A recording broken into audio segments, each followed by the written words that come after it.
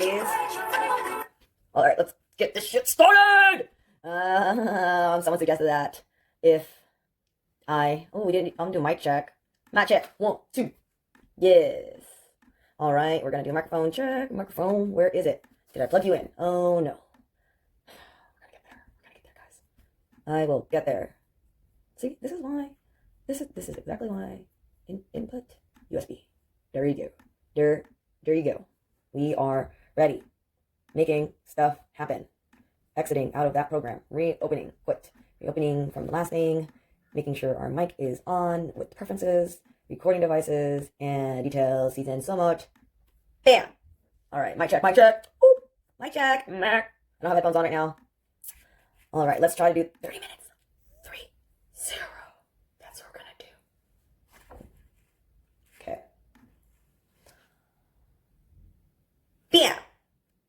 Hey everybody, it's Jacki, and I'm recording this episode of HiHello because I'm trying to see if being on camera will make me talk more and stuff. But anyways, just trying some new things out, you know. I'm still in my gym outfit from today, Mondays, leg days, because Mondays are my days, and my days I spend doing whatever I want because everybody deserves that. Anyways, this episode today, good news, amazing news actually. This episode's boobs, all about the boobs. These boobs, your boobs, my boobs, his boobs, her boobs, boobs. But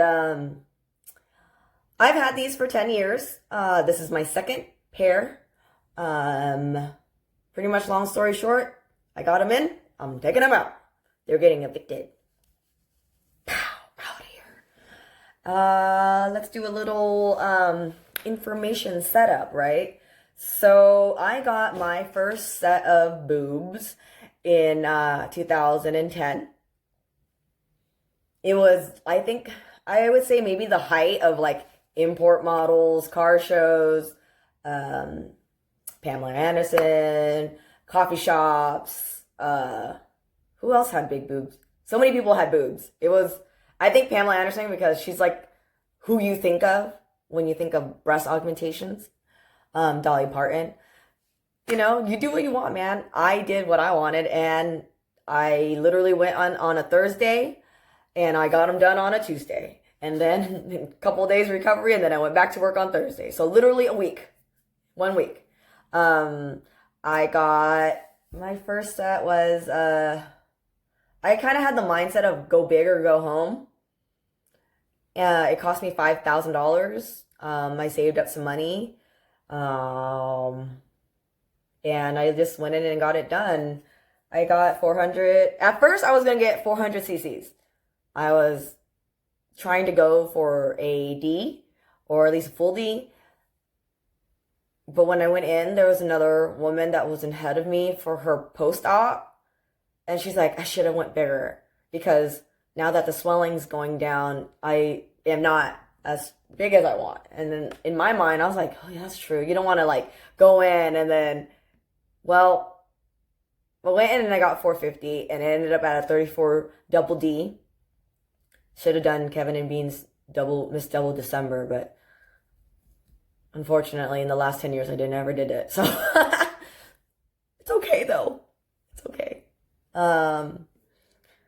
They ended up, at a 34 double D. I didn't mind. I mean, I if you have them, flaunt them, you know, it's all you. I went out, I had a good time. I had them before my 21st birthday, so I had to get saline, because that was a requirement. I believe it's still a requirement to be, 21 to have silicone. So I had them for a good while, and then, in 2012, I gave birth to my daughter, and my bra size went from a 34 double D to a 34F. I didn't even know it went up that high, but I had to get custom bras, and the only place that I could find bras my size was Nordstrom's, and it was like $80 a bra.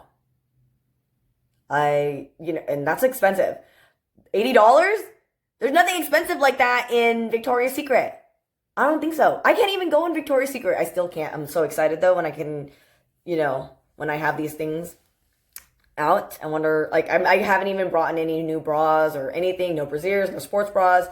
I've been just kind of like doubling up and or like wearing the smaller ones. I've been digging around trying to find my older ones. Obviously, I'm not that much of a hoarder. I don't have that. But basically, I enjoyed it for the few years that I had them at that size. It wasn't that hard to find clothes back in the day because everyone was, the whole cleavage thing was still out, like, and nobody was about the butt yet, or like mostly about the butt. Now it's all about the butt. So I didn't really mind having them out. Now, obviously, like, even at the gym, like, most of the time now, 10 years later, they're very uncomfortable because, well, I'm skipping ahead. Let's rewind. So, 2012, got my daughter, 34F. What the heck? I was so top heavy. Like, I started getting really self-conscious because I thought they were going to shrink back down. I thought they were going to be like, oh, after pregnancy weight, all of it will go away. And, no, it didn't. It stayed. So I was a 113-pound woman with 34 F boobs. It was, you guys can picture that. I'll draw it out for you guys later. It was and then it got even harder to try to find clothes because now I went like it was just bad. I started wearing t-shirts. I started covering up a lot more and being more reserved because they just were really in your face now. I remember this is going to be an interesting visual. When I was breastfeeding Alana, that my boob covered her head because she was so small when she came out. She was only 4.6 pounds. She was very, very tiny. I had such a hard time gaining weight with her, so I was like, wow, I have to get rid of these. So a few years later in 2014, I took them out. I was like, I'm done. I'm taking these things out. I got rid of them. But at the same time, I was like, no, I don't want to not have nothing, like I still want to fill out my dresses and things like that. So I was like, let's just do something, that will just accentuate what I have. And I look, like it won't be too obvious and I won't feel uncomfortable when men are like staring at me before it was fine. But for some reason, like as I've gotten older, I don't like it when people stare like that. It was like a weird stare. We won't even talk about it like now. That's like a whole nother topic.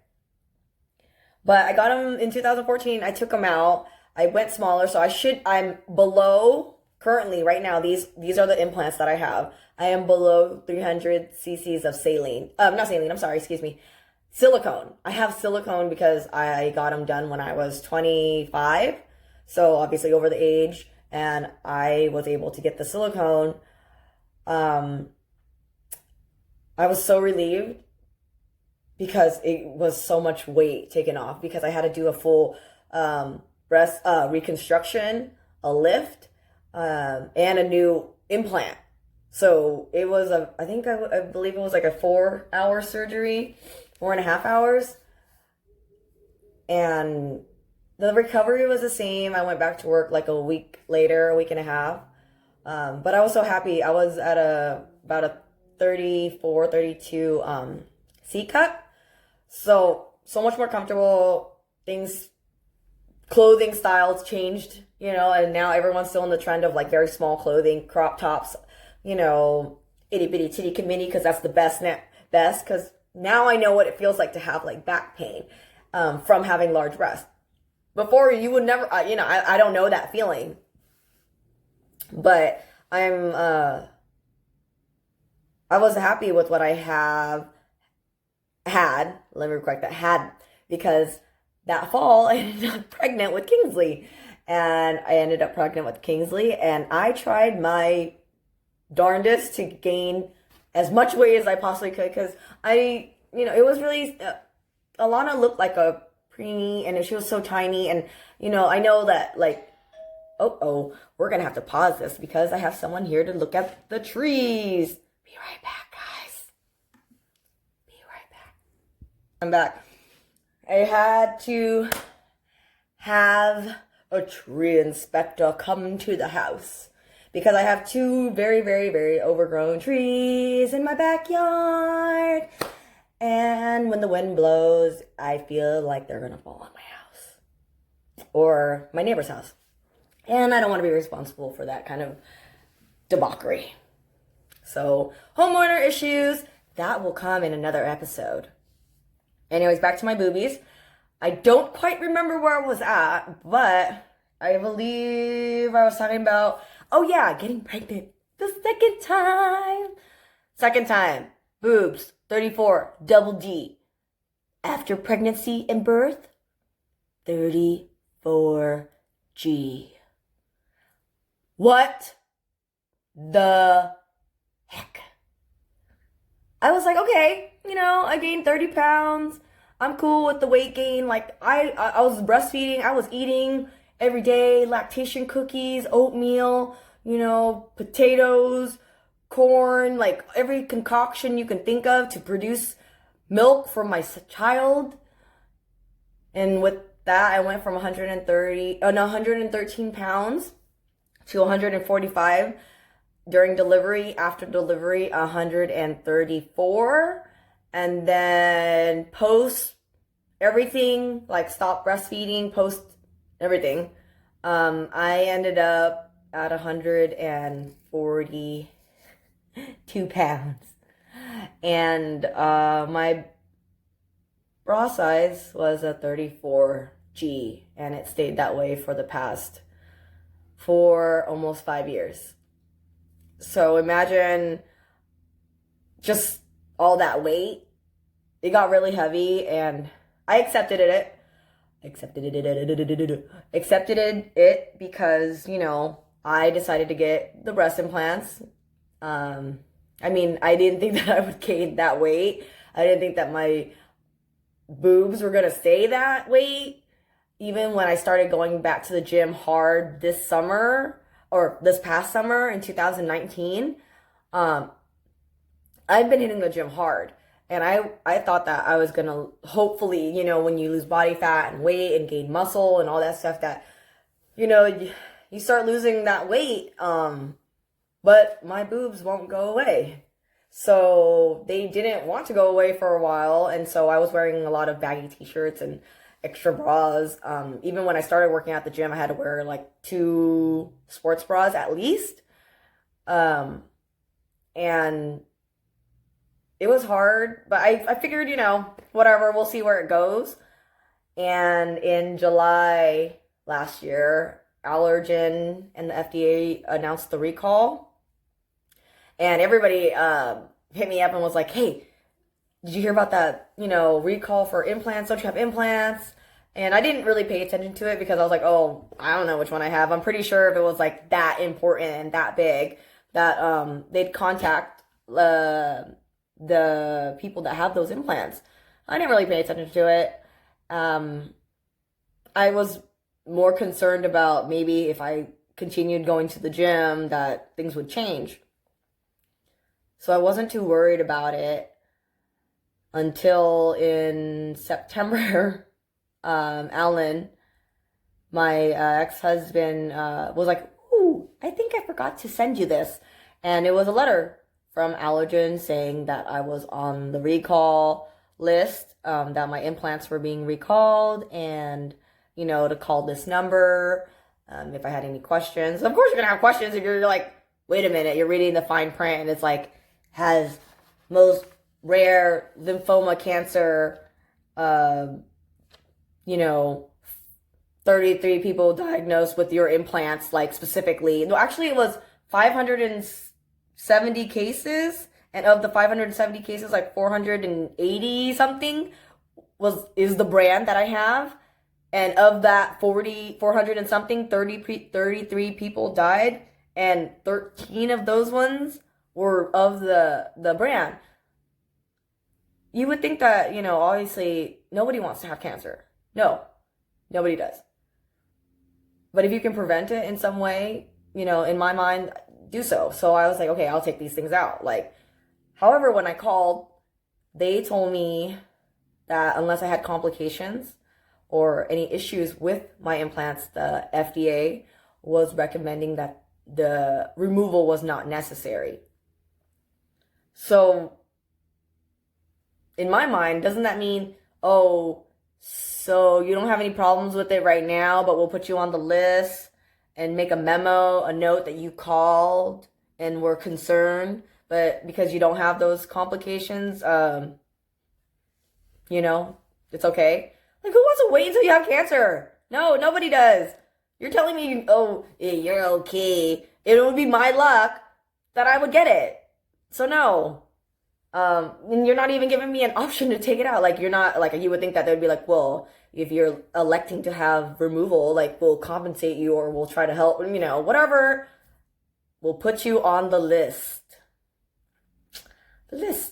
And, I knew if I wanted to fight it, it would probably have to go through some insurance debacle where it's oh, you get a doctor's note. Okay, we had to approve this doctor's note and this insurance, and then, oh, we're going to send this note back to, and it was going to go through some horrendous, debauch.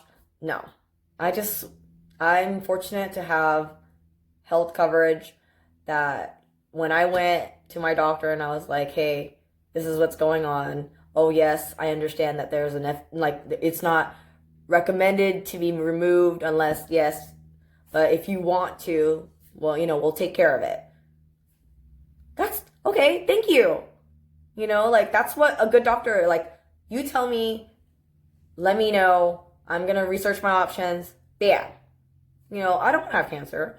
So I'm taking these thingies out. My surgery was scheduled for January 27th, but this morning, I got a call and they had an opening slot for next Monday.